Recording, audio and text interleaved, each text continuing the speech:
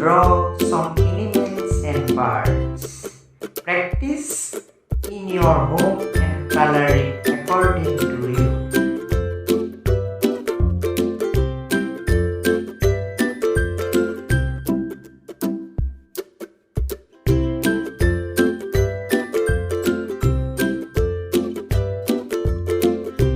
Yes, in this way, please slowly draw the picture. Slowly.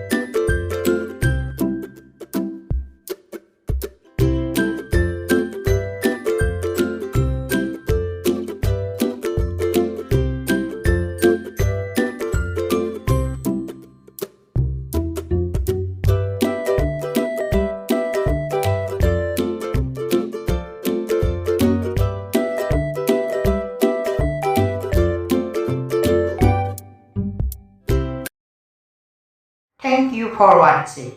These pictures are not colored.